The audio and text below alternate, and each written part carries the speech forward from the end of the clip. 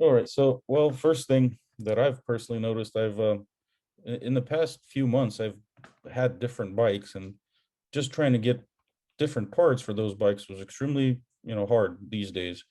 So, you would think that the motorcycles have been around for so long, and you would think that there's so much stuff for them, but there really isn't. The market is pretty dang dry.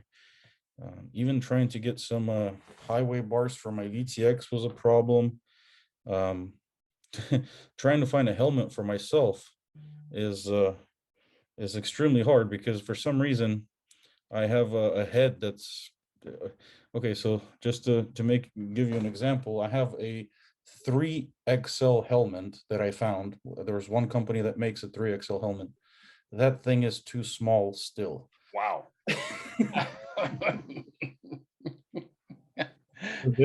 They don't I guess account for for heads like mine. And most companies, the maximum they make is 2XL. All the good companies, they think that 2XL is gonna do it, but no. And I'm sure I'm not like the only one. I'm sure there's a few people with a big old head, so True. things like that. But even helmets, one size doesn't fit all, because Yeah. if you get a 2X, I find I've got to go and I got to try on, half a dozen helmets that are all supposedly the same size to get the comfortable fit. So even then, they're not standard in that sense. So it's if you can get them nowadays, and I think you're right. The local stores around here in Denver, they used to carry a lot of off the shelf items, and you could go in, you could try them, you could pick them out, and you buy them. But nowadays it's quite common that you'll try something and they'll say, okay, well, we can order it in. Or and I think that's part of the problem with the online shopping now, is a lot of the local dealers, they've just reduced their inventory, and so you're Mm. limited on what you can walk in and buy. And I got to admit, when I lived in Southern California, I would go to Chaparral, and I did a lot of buying there. They're based on the online market. So so it does impact our ability to buy parts when we need them, not 3 weeks from now when it's too late. I don't need it then, I need it today. Mm. So that is a problem that I've found, And with bikes, parts, jackets, helmets, accessories, etc. and so I think that if somebody who's watching this, hopefully it's some person who has just a whole bunch of money and he doesn't know where to invest it. And I think it would be a really good idea to have a company, even if it is an internet company, if it's not but that somehow can make custom helmets. They can send you a mold or something. Because even the helmet that I got, what I have to go in and do is I take out the padding and I have to cut out the foam on both sides because my head like sticks out here for some reason. Hmm.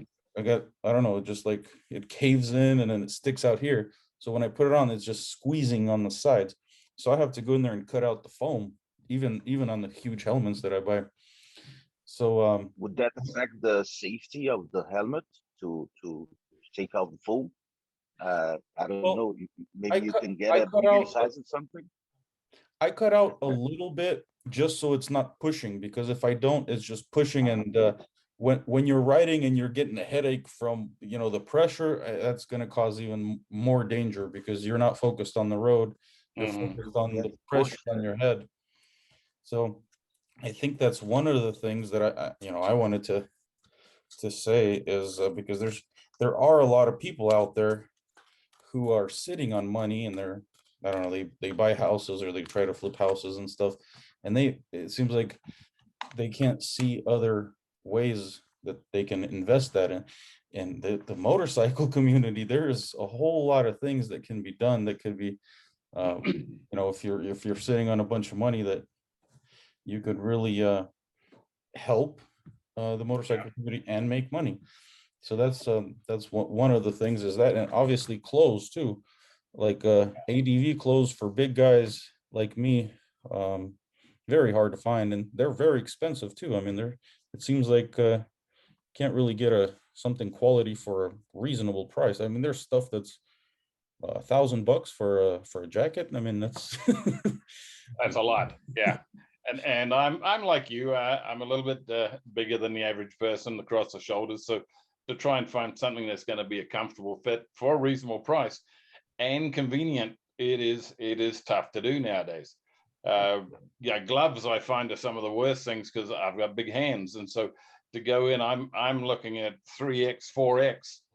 There's not too many shops will carry them, and if they do, they're priced 2-3 times more than the smaller ones, but they're not 2 or 3 times more material. Yeah. It's hey, what's the market going to bear? So to fit the the bigger guy, yeah, that is a tough thing to find off the shelf or off the rack clothing that you can find comfortable and functional. So it's you either end up making do, or you've got to go online, and then again you don't know what you're going to get until it arrives, and if it doesn't work, well, then you got to send it back, you got to go through that hassle. So yeah, I find that's very annoying. And I think if they offer custom stuff like custom helmets and custom gloves and just custom fit stuff to a person, I mean, I personally, I would be willing to pay more for that. I know they're trying to make a lot of money just by buying regular stuff, but we actually made some custom gloves. There's a gentleman here in California, Lee Parks. He used to be a racer, and he makes gloves. He makes really good elk gloves. I went and bought some. I went into his showroom and I tested them, and they fit good and everything. But we have a guy in Ukraine, or a good friend of mine, and he needed to, he wanted to have custom gloves because he has strange hands. His fingers are short and fat, and Lee had to stop his whole production for like a week, just in order, because when they set up production, they don't even think about that a lot of people need custom stuff, and it's like a open, like a free zone that someone can get into, making custom things. And I think it would be really, really beneficial for the business and everybody that's going to be buying from it. Yeah, but that Uh, makes sense. Yeah, when you think about it, when you're riding and you're riding all day, you're going to do a couple of 100 miles or more, you're wearing that gear all day. It's not something you're just putting on because it's convenient or it's cold outside. You're going to be wearing your helmet, your gloves, your all of that gear. So it's got to fit as well as be functional. And that, I think that all of the various government restrictions that we've just gone through in the last year and a half, and the businesses that have been impacted, that's probably hurt some of the small mar and par outfits that we're doing custom production. I know around here there's been some leather shops, they've just shut down and disappeared because the business just disappeared. So they weren't able to, I think, survive the last 18 months of COVID restrictions, etc. So that's sort of forcing us back into the mainstream. Buy what's available, not what's functional. yeah, well, you mentioned the business has just been getting killed. Just business is under attack like crazy, by all the governments. I mean, it's nuts. They're Yeah. literally trying to wipe out business. I mean, to take, I guess, control over everything else. But that's on another on another subject. But yeah, it's another thing. Just I wanted to touch on is there really isn't. I mean, there's a lot of motorcycle training, but they're really short. They're like 2-3 days. The ones that I've seen, and if you're a new rider, 2-3 days is not enough. I think there also has to be some kind of a structure that allows you to train for longer, even though maybe you can't stay for 2 or 3 days, but you'd have to come back, maybe in a week or something, and continue training until you can transfer to the point where you start training yourself. But that's another thing I've noticed in the industry is that 2 or 3 day trainings, and then you get your license. That's I mean, it's a little scary because that's a lot of people get in accidents because of the training not being sufficient enough. I'll tell you, I have a friend from the ex-Soviet Union, and in the military back then, they taught them for 2 years how to drive a car. No, not well, one car, but basically they trained them how to drive any car, any trucks, motorcycles, but for 2 years. And uh, the same thing goes with other fields. They had the resources, I guess, back then, and the time too, but it's I think it needs to kind of somehow get leveled out, because right now, I mean, 2 years and 2 days, we need something in between. Big difference, yeah. Yeah, I think the limiting factor nowadays is the ability to get a bank loan and buy a vehicle. There's nothing to stop you buying a vehicle, or a bike in particular, that's above your ability, technical and otherwise. And next thing, you're on the road. You've got your 2 days in. You didn't do the test on the bike you own. You did it on a small bike you could handle. You've got a license, and now you're out on the road, and that's an invitation for problems. So yeah, I do agree. There should be something it's more advanced, or there's more steps or modules to it to start getting confidence and learning what to do in different situations and how to avoid them. Hmm. Those are the things basically I wanted to mention. Those few things. If there's something you guys would like to Yeah, add. it's a very important topic, the training part, and also the first one.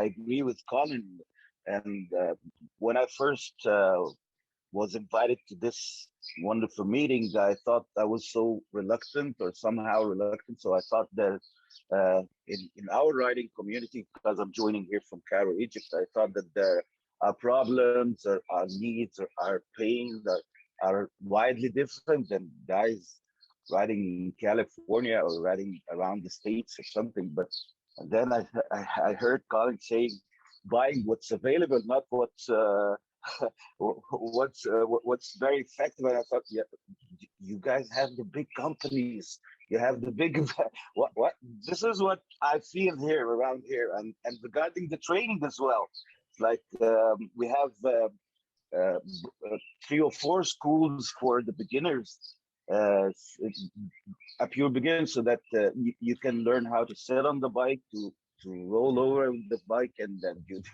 to probably start moving. And then you find 2 or 3 schools which yeah, very not very deep. It's like 1 day training, as you mentioned, and that's all you have for يعني a professional riding, and then you're on the roads. And there is no riding for يعني I was dreaming 1 day to go anywhere that has like a racing school, so you can ride on track, or at the very advanced. So probably we share the same pain and the same needs for different communities, riding communities, but we have the same problems as well. See, I was out of the motorcycle community for about 10 years. When I was younger, I rode a lot. So I think from like 9 years old or 8 years old to about 20, and then from 20 to 30, I focused on business. Then I got back into it, and I would have thought that the motorcycle community expanded like crazy, and there's just all this stuff available. But that wasn't the case when I returned. Yeah, exactly. It's pretty Exactly. dry. Exactly. Yeah, around here we've got some off-road training courses. There's some up in Boulder and they will teach you how to ride through the mountains, get onto the back roads and into the woods. But there's really no road schools here. We do some through the touring companies, Pahudakawa Tours, and we've taken people. One comes to mind. She had bought a Harley. She had some experience, but she bought a Sportster. It was new to her bike, and she did one of our 13-day rides. By the time she had finished, she'd actually developed a lot of skill, a lot of confidence in herself. But at the first couple of days, there were there were times that were a little alarming, for myself and my wife, who was on the tour as well, that this woman was, again, sort of riding the legend and not riding the bike. And so, we had an opportunity to talk to her and share some observations. And then, as I say, by the end of the tour, she was doing very well. There was parts that through Yellowstone in particular, the group let her go in front and sort of lead, and she did a good job. But it was just a matter of building confidence and teaching people not to go fast. Anybody can go fast on a motorbike. It's how to go slow and enjoy the experience rather than just put your head down and go. But there isn't a lot in this area other than the 1 and 2 day, parking lot courses where you go there and you ride through some cones and you learn some braking techniques, but they're very controlled. There's, you're not interacting with other vehicles. So we do lack that next level. And I see people around here who could benefit from an additional 4 to 5 days of pretty intensive riding. So so it is a gap that we see here. So there's like the skills that you learn to corner and stuff, and to go fast, go slow.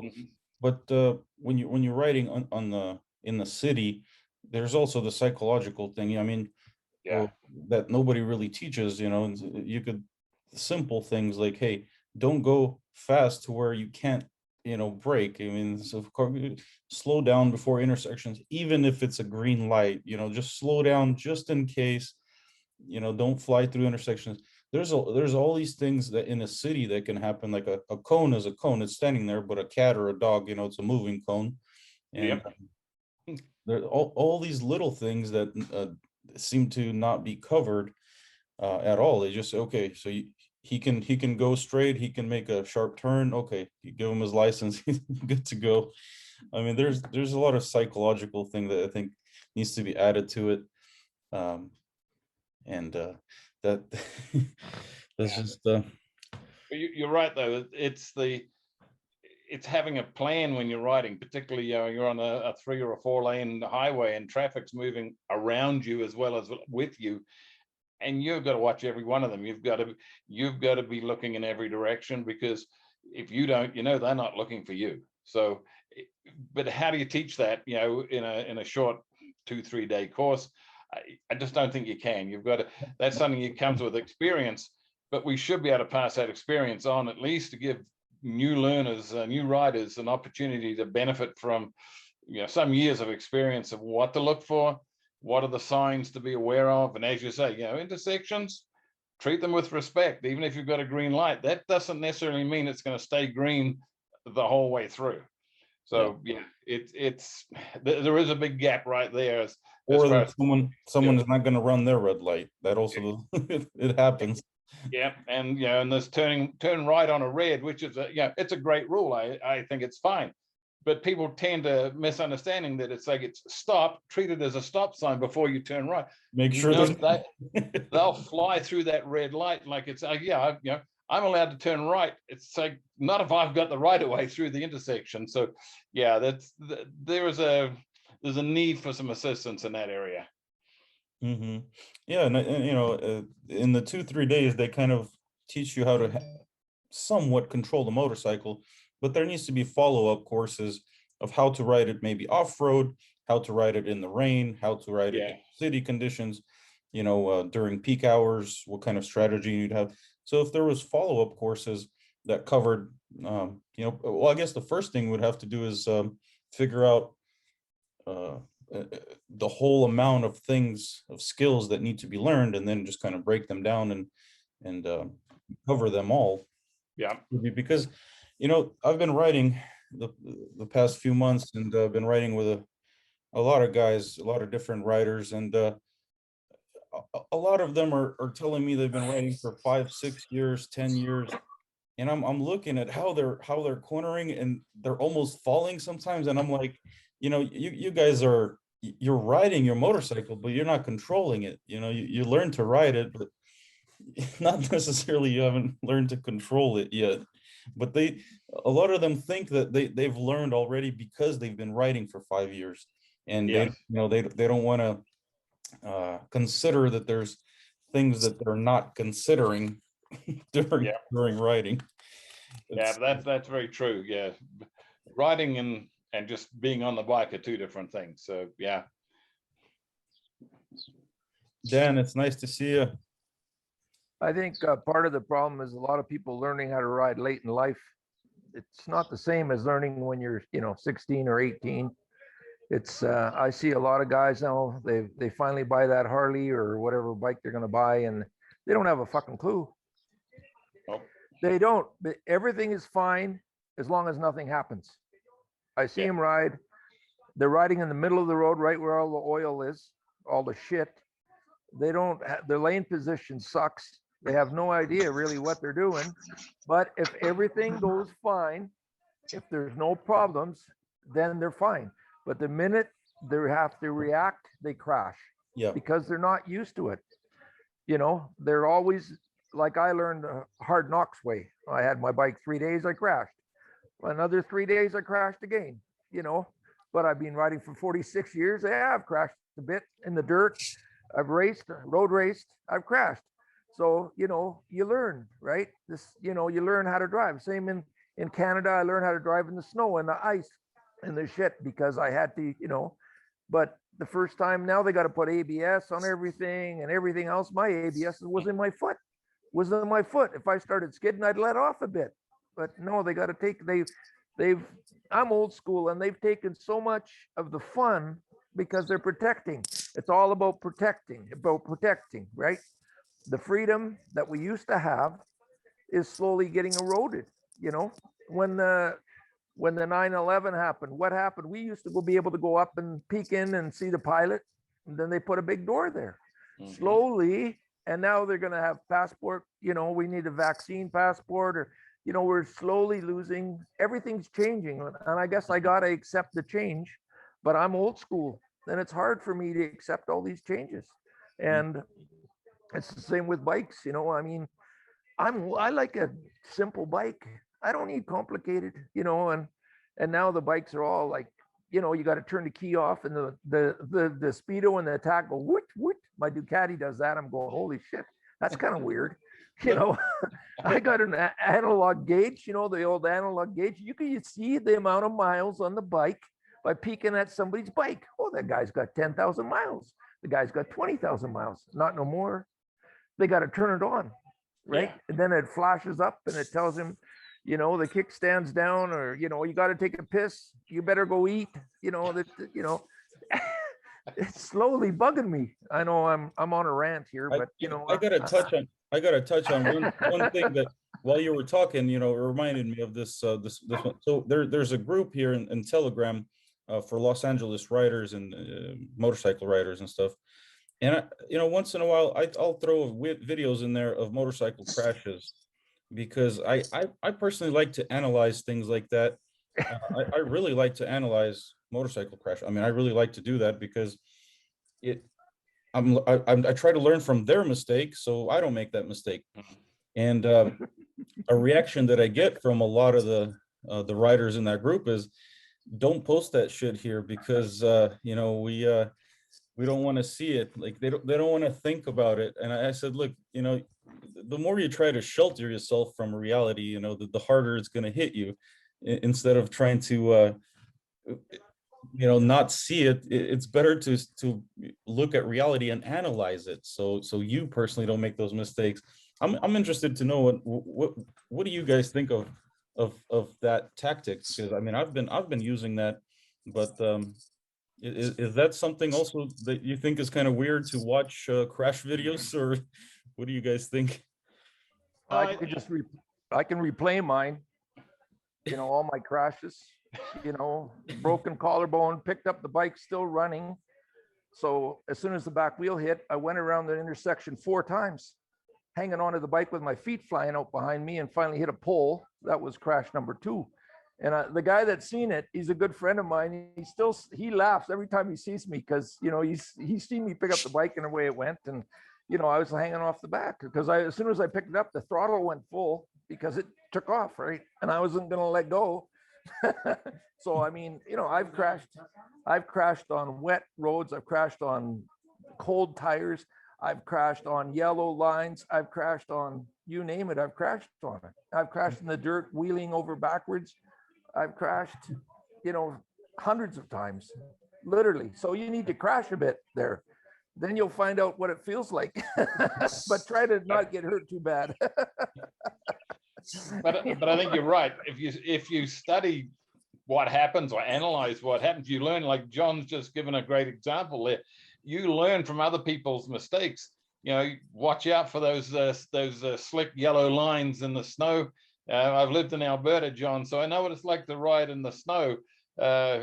And you can learn from your experience, or you can learn from other people's experiences. I prefer to learn from other people's experiences. If it's going to hurt me or cost me money, I'm more than willing to let somebody else be the guinea pig. But people who tend to say, well, I don't want to see that stuff. I don't want to know it exists. I don't want to know that it happens.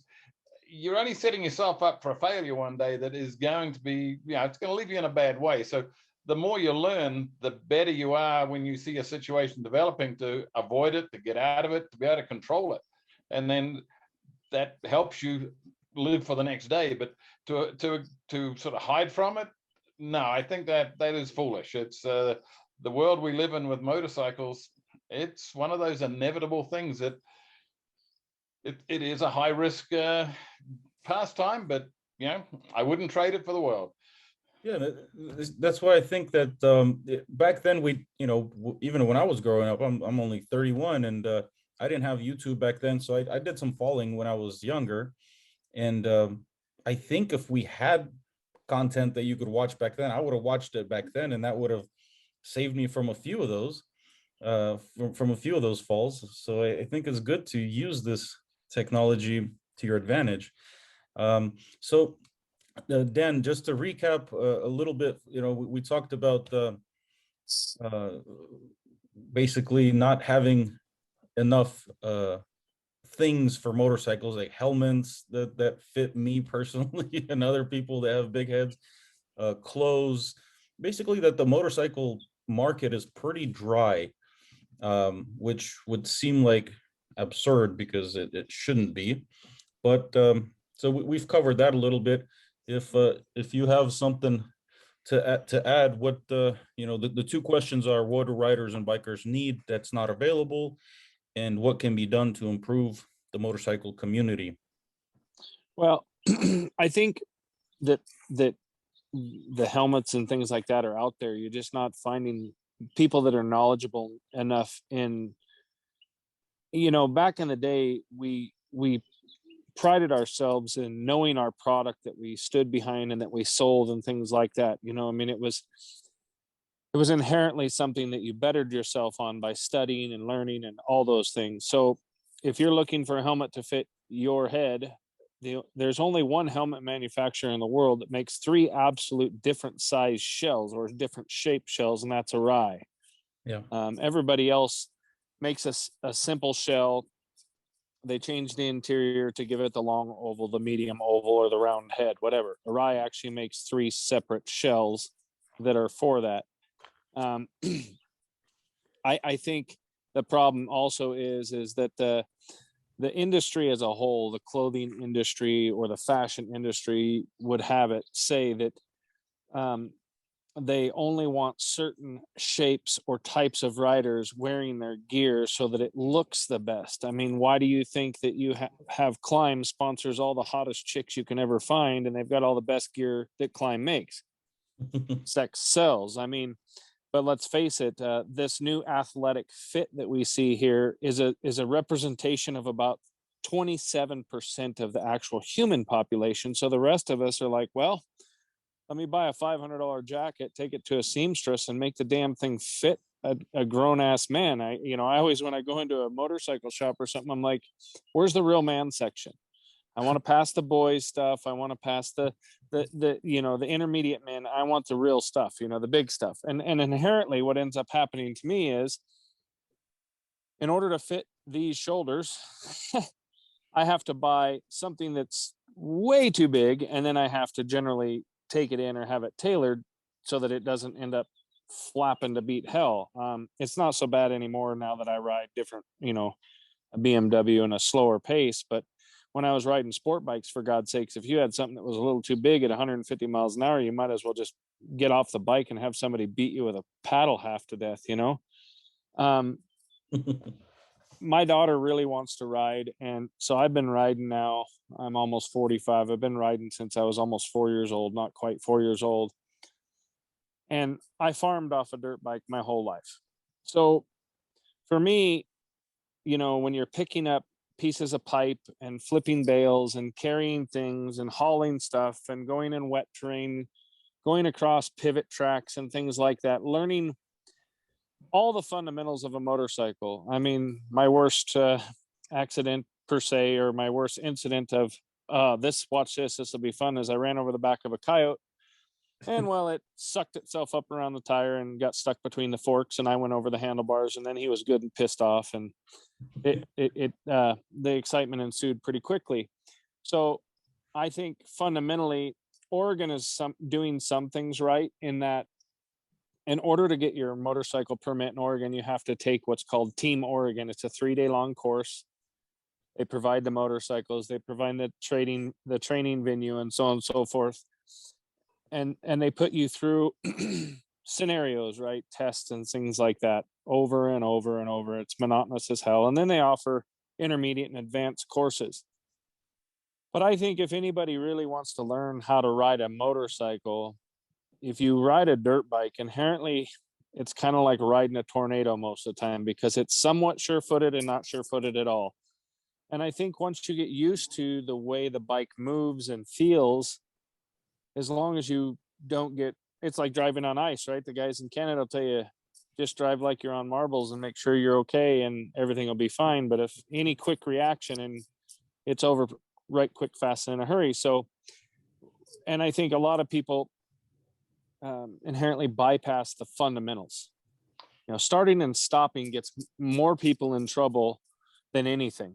You know, oh, I've got it mastered. Well, you know, I just watched you dump the clutch, you know. So fundamentals, the basics of fundamentals. And to touch on your watching videos to recap things and learn from, why the hell do you think every major professional sports team takes nothing but video of other teams and studies it relentlessly to see exactly where they can exploit a weakness, where they're strong, all those things? So a lot of people don't want to see the blood, guts, and gore per se, right? It is what it is. We live in a weak society. It is what it is. But you know, there's two types of bikers: those who have wrecked and those who will. You know, you put enough miles on and it's going to happen. So the reason why I was late today is I went put on 175 miles today. And about 80 miles of that was dirt road mixed with snow and mud. Was very interesting. And then I decided that I didn't want to backtrack through all the snow that I went up through. So I decided, well, there's a nice 4-wheeler trail that's only 3.7 miles. That was interesting. So I took a 4-wheeler trail on my big BMW GS today. And it was quite exhilarating, to be honest with you. You know, you really got to get light on the pegs and feel the bike underneath it, because you're manipulating the bike constantly to ride the berms and stuff, because it's a big bike. You can't just stick it in there and hope for the best. I mean, you really got to maneuver the bike and massage the bike to do what you absolutely need it to do to take on that trail. But it was pretty good. I stopped at a couple little ponds and caught myself about a 12 or 14 inch rainbow trout. It was pretty fun today. Nice. So Dan, let me ask you this. So we've discussed that there's really no manufacturer who makes custom things for the motorcyclists.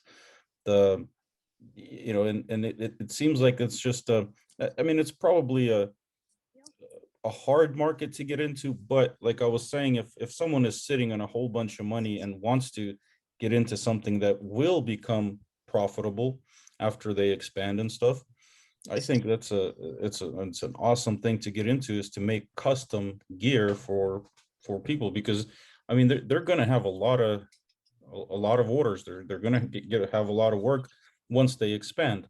What do you think? maybe you know of people who make custom stuff. I don't know. I haven't came across. Yeah, so Arrow Stitch will make you a custom suit, and so will Dainese full leather suit. The problem is again, we live in a throwaway society. You know, an Arrow Stitch suit is about $2,200. A custom fit Arrow Stitch suit is about $3,000. Like I just told you that Arai makes 3 different shells. Everybody says, "Oh, that's great, but I don't want to spend $700 on a helmet." Well, you know, I mean, so you know, But it's hard to say because Dan, there are companies out there that will do it. does Arai, what's their biggest size? I haven't looked into that one actually, but uh, I'm having trouble finding a really big helmet. I'll have to. A triple XL. They make a triple. I'll have to look into that I mean, one. I wear a 7 3/8 hat, and I'm in between like extra large to double XL. So I inherently always buy the helmet that's just a little bit smaller, just because as it breaks in, it fits a little better. Mhm. I think if you get one that's just a little too large, when it becomes broken, it's now therefore way too large, and it drives you crazy. Um, if you go to a good shop that is a reputable Arai dealer, they will measure your head, take measurements, the whole 9 yards, and they know exactly what helmet to put you in. I'll have to look into that. All right. Okay.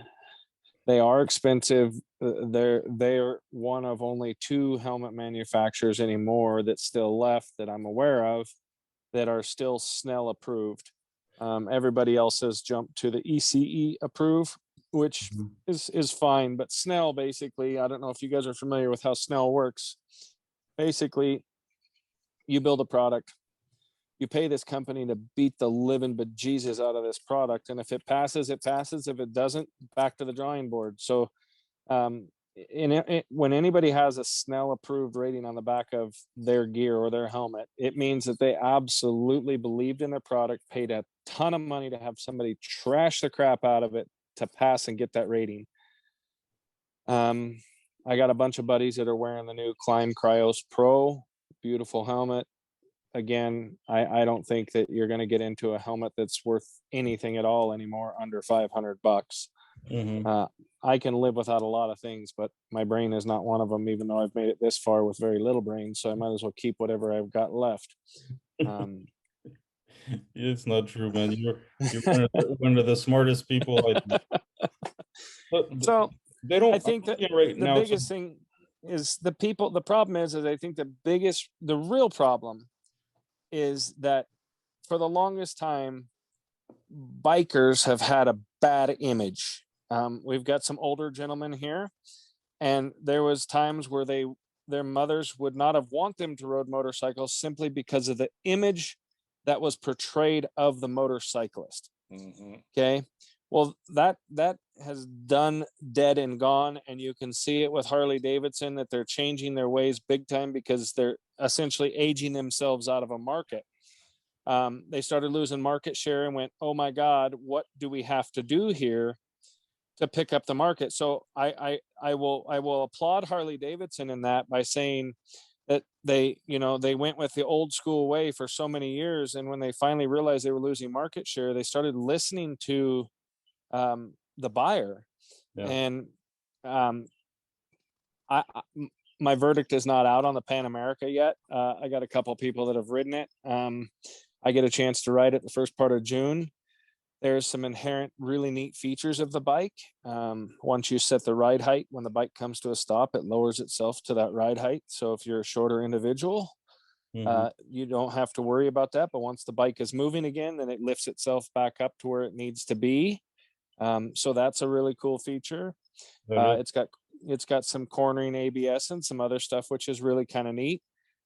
So I think, inherently Harley is kind of leading the charge on this by saying, hey guys, stop building what we've always built. Listen to our buyer base, our consumer base, and we need to get real with ourselves. And I think if this Pan America turns out as good as what I hear the reviews are so far of some of the people I know that ride them, I think you're going to see more motorcycle companies saying, wait a minute here, just because we've done it this way for 100 years doesn't mean that this is the way it's supposed to be done.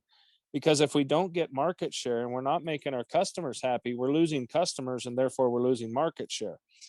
And I think you're going to see some other companies follow suit with that. And I hope that we can get past this.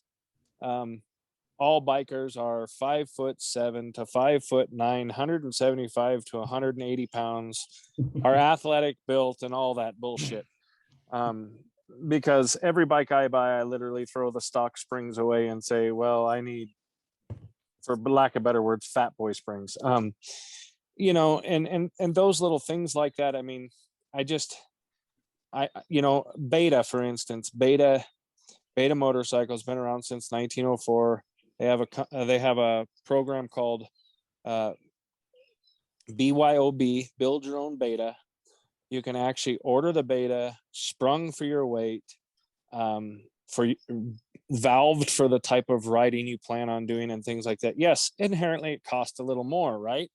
But it comes from the factory with a warranty, exactly as a brand new Beta would come, rather than buying a brand new bike for say $10,000 or $11,000 and then stripping the suspension off and sending it to some suspension shop and having him work his magic on it.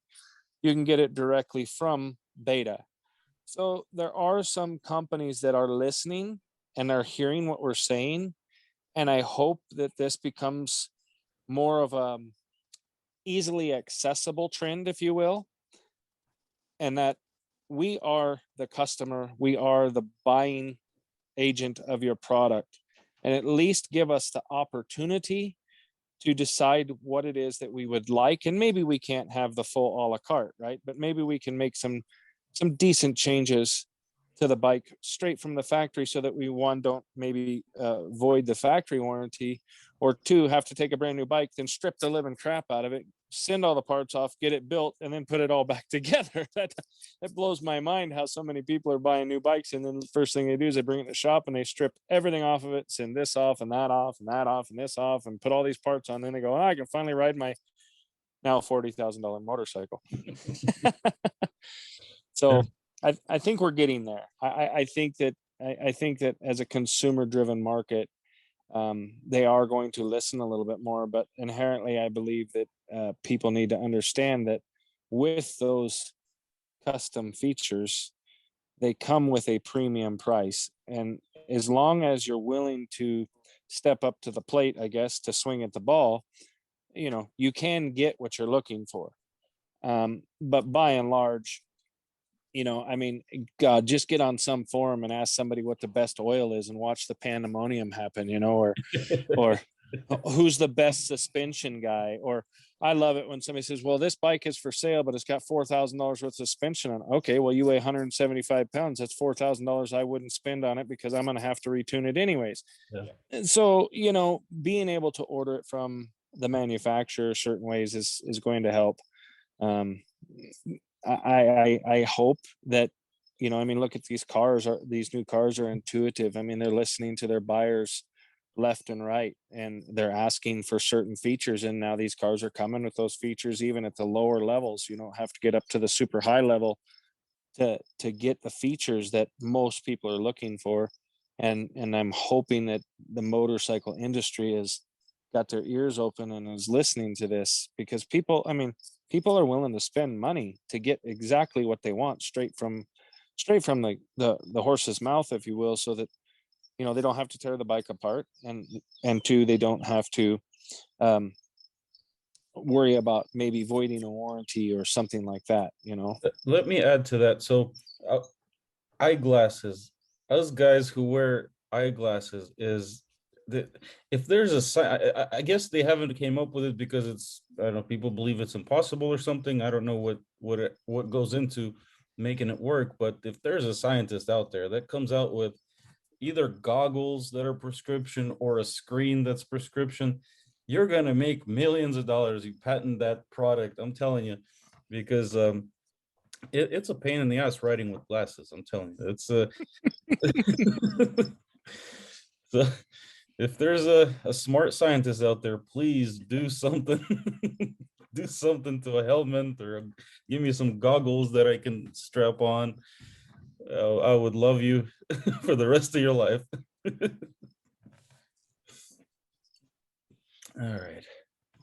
Well, if there's anything else somebody wants to add, you're welcome to. If not, we've already, I guess it's 7:50. We're almost an hour into it, and we can go ahead and upload this to the World Wide Web. Absolutely. We got some big rides coming up for Veterans Back 40 this year. Things are Nice. looking pretty good. Good. So hopefully we can make a difference in veterans' lives this year in a positive note. Yeah. And we're trying our best to put things together and make sure that everybody's needs are met, at least at some level. So that's why I was contacted by, I don't know if you guys follow the BDR routes at all. They're backcountry discovery routes. I'm sure Alex knows about them because he rides Kmart trail machine. But some guys reached out to me and know where I live and asked me about a section of section 5 or route 5, section 3-4. And so I went out and did some scouting this week and then reached back out to the BDR ambassador and let them know that snow levels and possible workarounds and things like that. So, you know, with the internet, which is really neat because these guys who inherently don't really know me personally know me via my social media presence and so on and so forth, and where I ride and where I live. Mhm. Instead of them trying to make a 5.5 hour journey out this way and then possibly run some routes and see where they're going to get turned around, they reached out to me, and I love being part of the bigger thing, right? And that to me felt really amazing to be able to be reached out to by a company like BDR and say, hey, can you run some routes in your area and give us some feedback? And I was like, yeah, absolutely. I mean, give me an excuse to ride, right? So That is neat. Yeah. I went out and rode today and ran into some snow and had to make some turnarounds and whatnot, but I found some feasible workarounds for those guys and gave them an estimated time on snow melt and so on and so forth. And, you know, hopefully come Memorial Day when some of these guys are getting ready to kick off, that these routes, if they can't get through, or they'll be very close to getting through or have a very, very successful rate of a workaround and be able to carry on with their path. And it's just really kind of fun, you know, to be part of the bigger picture, if you will. It's kind of like what we're trying to do here with, you know, brainstorming ideas, like what can we do to maybe possibly spur on maybe a change that people are looking for. It's nice to be part of something bigger than yourself, you know? Yeah. Gotta give back somehow. Exactly. Yeah, because otherwise it's not worth living. I mean, what's Look at that view today. Look at that mountain right there. Wow. you still got sunlight. It's dark here already. So we're already dark. Yeah, the sunlight. Can you see the sunlight? It's at And, at the and beginning of the meeting. It was really dark, but right now it's it's yeah. at 5 o'clock, right? In Egypt, it's 5 o'clock. Yeah, it's 5 o'clock right in Egypt, and well, it's been a pleasure joining this wonderful meeting. And at the beginning, I thought that, but come on, you know, riding is still riding, traffic is traffic, bikes are bikes. There's no big difference from riding in the States or riding here. Uh, Still been on a Harley Davidson, a Sportster before, but that wasn't my usual ride. It's a different kind of ride for me. It has its own persona.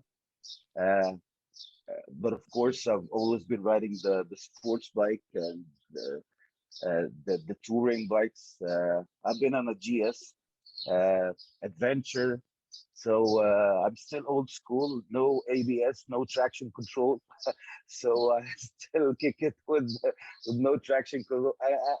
Although I tried a KTM with the traction control, it took um, much of the fun, but the ABS I find yeah, it's safety, but it's not it doesn't take the fun, but it's still it's not old school, so you cannot break coach yeah, with cautious in the rain, and even if you're riding fast in the rain, have a collarbone here with some plates and and nails. So yes, it's Yeah. been wonderful joining you, and I'm getting dressed for work right now. Okay, So people are welcome to leave as they need, but I got to touch on this the ABS thing. You know, Dan recommended me a bike that I absolutely love last time. I got the XR 400. Now this is why my KTM is dangerous. All right, I got so used to my KTM, my Goldwing, and I went riding that XR, and he already Dan already knows what I'm gonna say. So, and you know, I was riding a lot of off road, and then I had to go fetch a person that was lost. It was like a 30-minute ride, and I was riding on twisty, you know, canyon roads. Man, when I was coming back, there was a turn. I was going pretty fast. I should have. This was a mistake that I made. I should have leaned in and gave it more gas, but I locked up the rear tire, and it, you know, nothing, just going straight. And what was in front of me was a huge bump, rocks, and a big old bush right there. So right. So at this point, I'm already flying in the air, and I'm thinking, you know, this, you know, I'm just wearing a helmet. That's nothing else. And I'm thinking, all right, so this is where the tumble comes in. You know, I kind of relaxed my body, getting ready for the tumble, and then I land on the front tire, and you know, I don't know how I don't know. It's just like I rode on the front tire over bumps with my rear tire in the air like that. And I didn't flip. I stayed on the bike somehow. I don't know what happened, but I got really lucky. I stayed on the bike, and I hit the bush with my face. We call that ass to seat suction. But the thing is that's why the ABS is dangerous, because I got so used to that stupid ABS that I just didn't even think about, you know, I'm like riding it like I was riding my KTM. And yeah, and that could have ended badly. Awesome. Well, as long as you guys are out riding, practicing your fundamentals and your skills and learning, you know, you guys in the cities have to watch out for vehicles. I have to watch yeah, out for elk and deer. So inherently, there's certain times of the day that I'm a lot more vigilant than others, especially during dawn and dusk. They like to maneuver, and it seems like if one crosses the road where there's one, there's always more. Yeah. You So, have bears up there, or there's no bears? oh, there's bear, there's cougar, there's antelope, you name it. I mean, cows, fucking cows. Cows are horrible. They stand in the middle of the road and just look at you, and they're like 1,400 plus pounds. They're idiots. But I don't have to worry about traffic. Today I rode, like I said, I rode 168 miles, and I think I passed maybe 6 cars all day today. Pretty nice day. Nice. wow, I mean, nice. if you have any photos or That's videos, share them, please. I'd love to see it. And Will do. let's end it here. Thank you, Awesome. everybody. I really Thanks, appreciate guys. it. Thank you guys for joining. Bye-bye. Thanks, guys. Bye. Take care. Thanks, and take care, everybody.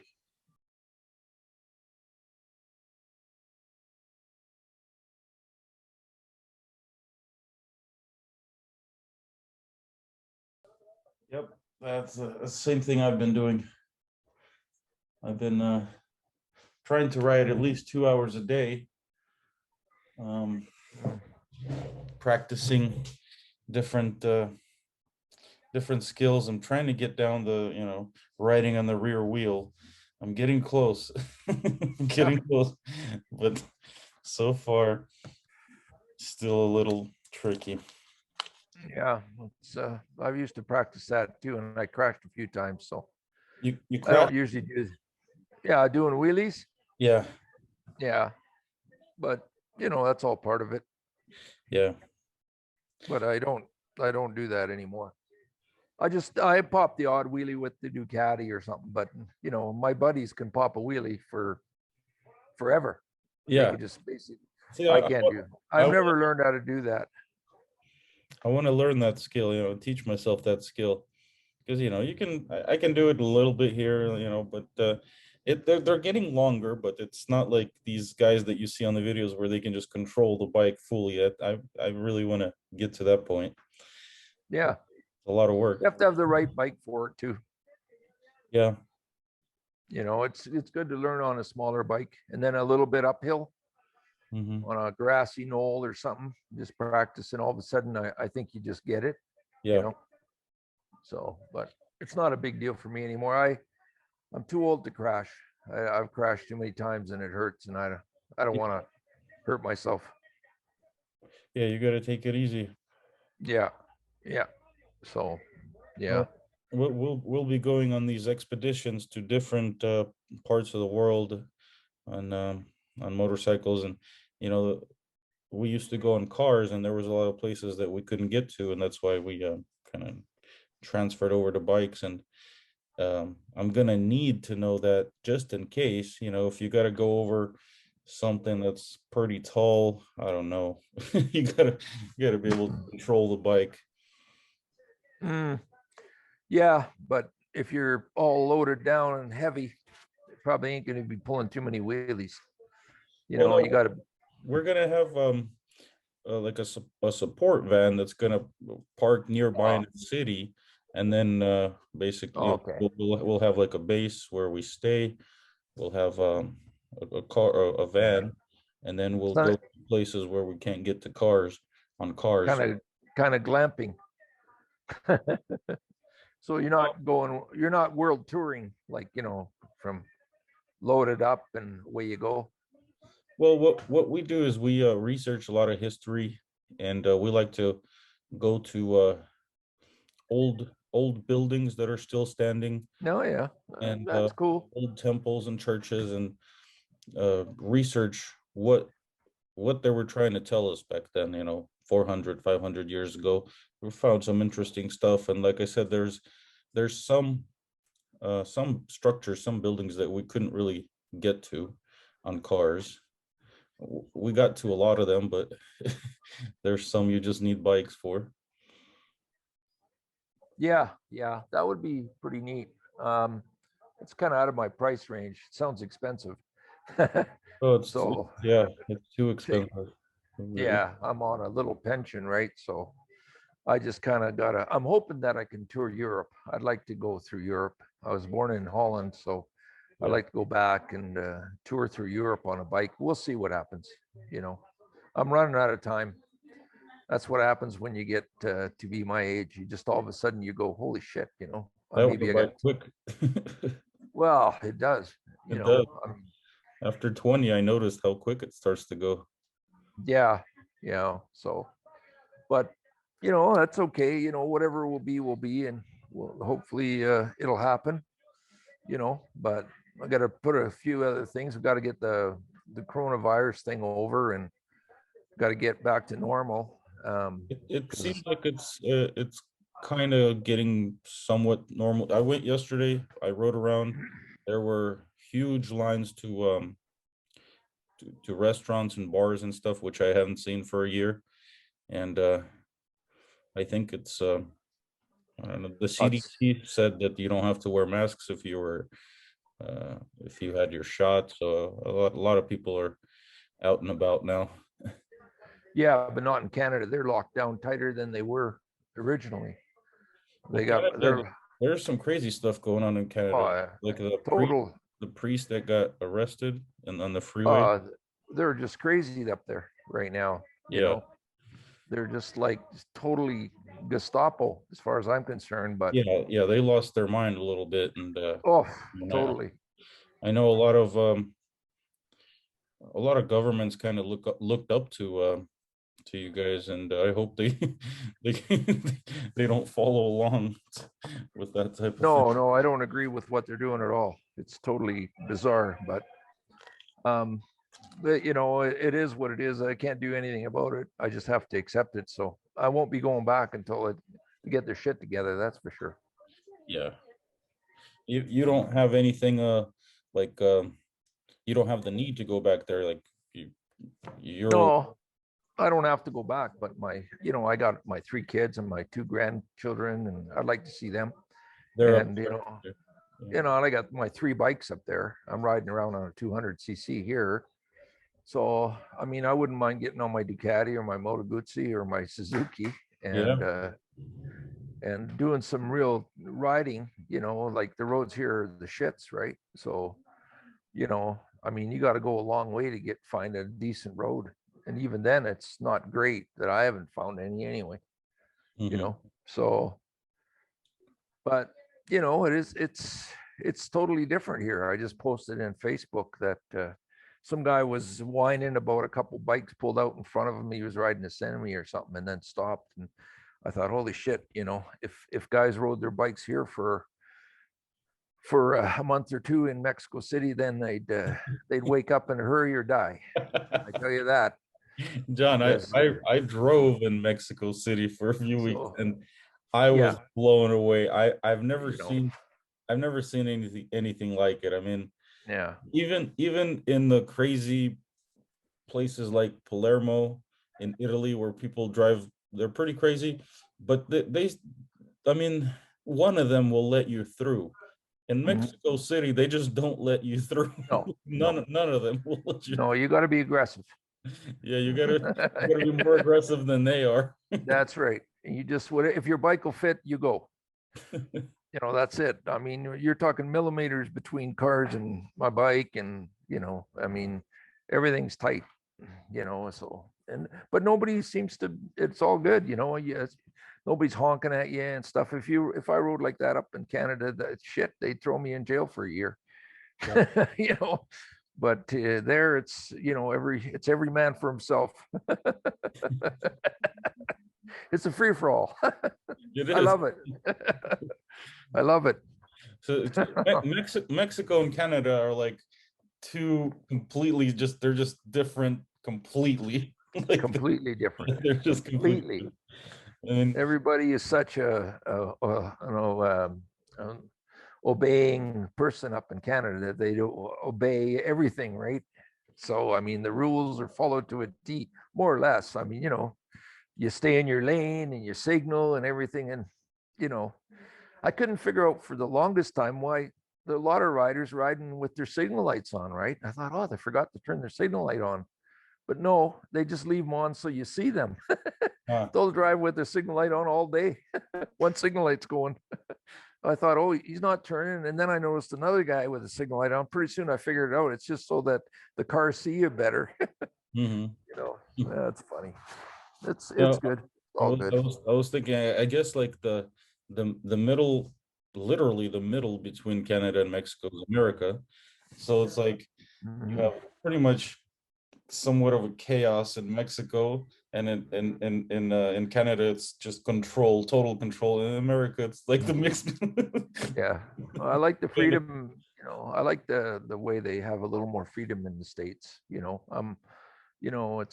I like the little bit more open with the gun control and stuff like that. And, Yeah, I like that. And, the roads they are great in the States, they built roads for years and years, right? Before they built the freeways, they had a lot of roads, secondary roads and stuff, and they kept all these roads in great shape. So, there's a lot of great roads in the United States, really a yeah, lot of places to ride. yeah. And there's a lot of nice places. There's some not so nice places. I think the farther you go east, somewhat it gets uglier, especially Nebraska, or, Mhm. there's some flat land in there. Yeah. I prefer the West more, but I haven't been to Virginia or Tennessee, so I'd like to go that way. I hear it's really pretty, you Mm. know. So Well, if you ever riding around here somewhere, maybe we can ride together. yeah, where's that? That's in California, right? Yep. Yeah, my second wife was from California. I spent a ton of time riding around California. Mhm. I've ridden almost every road in California, pretty much. Almost every road. Do you Yeah. have any pictures, videos? If you do, I'd be. No, it was a long time ago. I was young. But yeah, I see a lot of people with Hollister t-shirts, Uh-huh. and I'll say, do you know about Hollister? And they'll say, no. I said, you know, there is a town called Hollister in California. I've been there. And, you know, I reminisced about the wild ones and, you know, the actual crazy time they had back then. The biker gang took over the town. It really happened, right? Yeah. In Hollister. And a lot of people don't know that. That a bike, and the movie The Wild Ones with Marlon Brando was about Hollister. Yeah. Did you know that? No. I don't think I've seen that movie. Well, it's an old movie with Marlon Brando, and it's about Hollister, and it's about a bike gang took over the whole town, and it's a true story. What is it called? It's called the movie's called The Wild Ones. I think it's The Wild Ones. Maybe Mohammed knows a little more than I do about it. Are you? The Hi, Wild. good morning. Good morning. It's Or- morning. It's Is it morning and- there? Yeah, it's a little bit. It's dawn there, so it's not my problem. It's not. There's not Where- enough lights. Where are you? I'm in Cairo. I'm joining from Cairo, Ah, Egypt, and Cairo. it's Nice. legend. Yeah, it's my Well, there's first no. time. Yeah, nice. Egypt. That's awesome. Is it, I is it thought- this movie here? Yep, Huh. that's it. I'll have to take a look. It's a great movie. I mean, it's old style. It's an old movie, but Mm. Marlon Brando was a good actor and gives you an idea of what happened in Hollister. So if you ever go there and have a sit down at lunch there and reminisce about what happened in Hollister, California. I'll have Back to. in, I'll have I think to. it was 1953 or somewhere in there. Mhm. I'm not exactly sure, but anyway, there's some history for you. I appreciate that, and I'm sure people who watch this will also appreciate that. And so it's 7:04. I don't know. Is there somebody else?